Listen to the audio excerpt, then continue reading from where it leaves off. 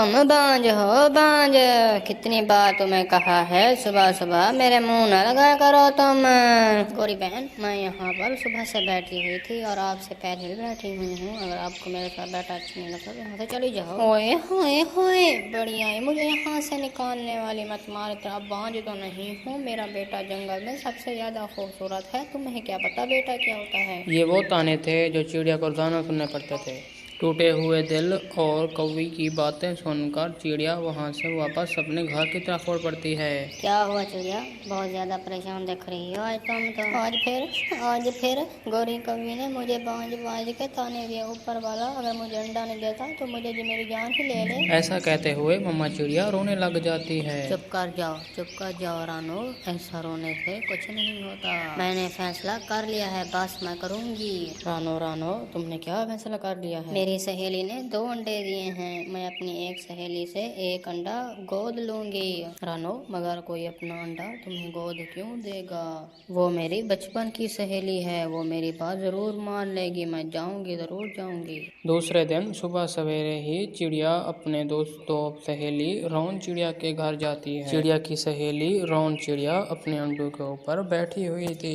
रानो चिड़िया अपने दोस्त के घोंसले के करीब पहुंच जाती है और वो जाकर बैठ जाती है। रानो चिड़िया, आप बहुत अच्छा किया, आप आ गई। मैं आपसे बहुत नाराज थी। सहेली, मैं बहुत परेशान हूँ, मैं आपको कुछ मांगने आई हूँ। मांगो मांगो, जरूर मांगो जरूर।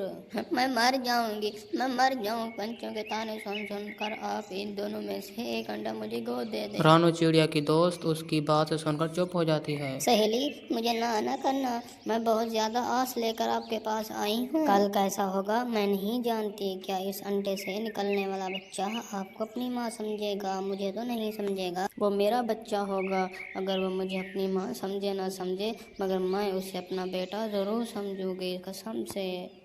फिर रानो चिड़िया अपने दोस्त से 1 अंडा लेकर अपने घर की तरफ चली जाती है। वो बहुत ज़्यादा खुश होती है। रास्ते में उसे कालू कौवा देख लेता है। न जाने ये चिड़िया किसका घर खराब करके आई है, मैं जाकर देखती हूँ इसे। मैंने कहा था ना, मेरी सहेली मुझे कभी ना नहीं करेगी। देखें, मैं अंडा ले आई हूँ। मैं आपको सिर्फ और सिर्फ खुश देखना चाहता हूँ। इतने में गौरी कौवे भी उनके घर के करीब पहुंच जाती है। अरे बांझ चिड़िया, किसका घर खराब करके आई हो। किसी का अंडा चोरी करने से तुम मान ही बन जाओगे, तुम बांझ ही हो। गौरी, तुम्हें क्या, तुम जाओ यहाँ से, तुम्हें इस बात से क्या लेना देना। चलो जाओ, तुम दोनों बच्चे चोरी करो और मैं चुप रह जाऊँ, ऐसा हो। ये अंडा मैं अपनी दोस्त सोनू चिड़िया से लाई हूँ। अगर आपको भरोसा नहीं होता तो जाकर मेरी दोस्त सोनू चिड़िया से जाकर पूछ लो। गुस्सा होकर गौरी कौवी वहां से अपने घर की तरफ उड़ पड़ती है। वो बहुत ज़्यादा परेशान होती है। ऐसे ही कुछ दिन और रातें गुजर जाती है। बहुत अरसा हो जाता है।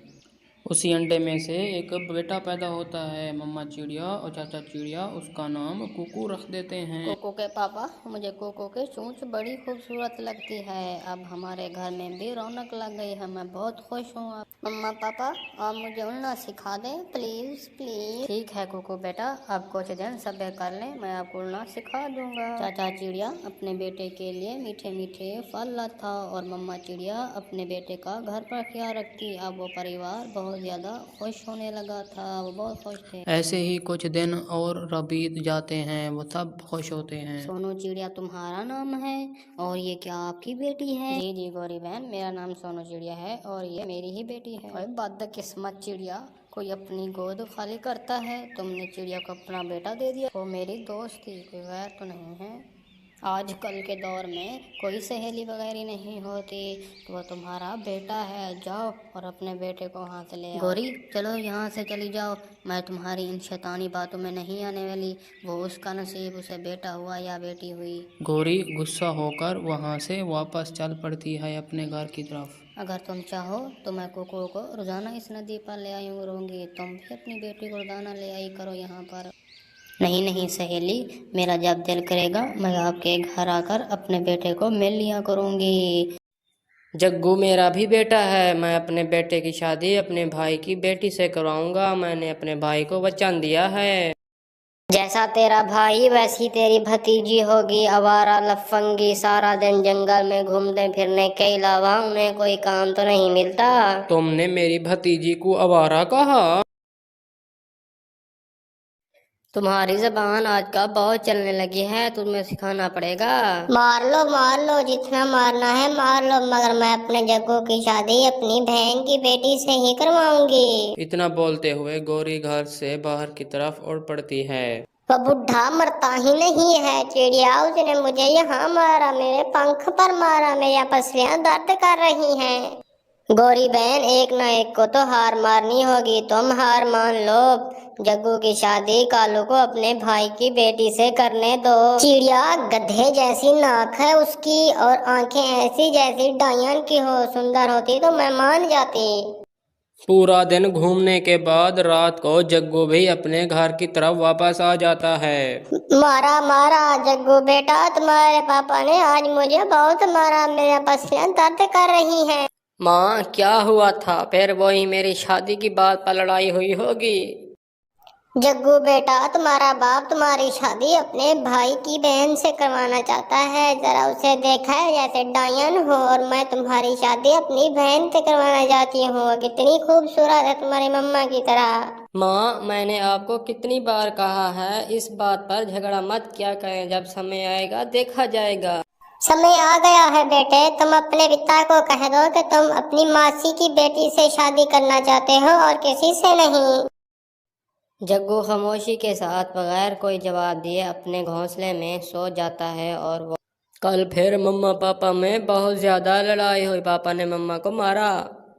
क्यों, किस बात पर जग्गू जी आपके मम्मा पापा में लड़ाई हुई? वही पहले वाली बात, पिताजी मेरी शादी अपनी भाई की बेटी से करना चाहते हैं और मम्मा बहन की बेटी से। आप उन्हें बता क्यों नहीं देते? आप तो मुझसे शादी करने वाले हैं।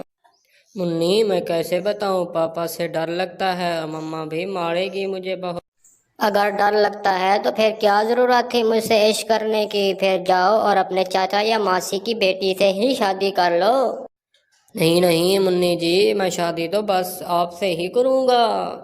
भाई मैंने सीधी कर दी है गौरी, फिर कभी जग्गू की शादी पर मुझसे बहस नहीं करेगी, मैंने उसे मारा।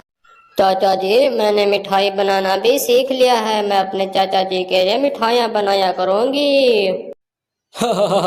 खुश रहो मेरी बेटी, खुश रहो। चाचा जी जग्गू जी तो मेरे साथ शादी करने में राजी है ना? वो तो मुझसे बहुत डरता है, पर मसला इस गौरी का है।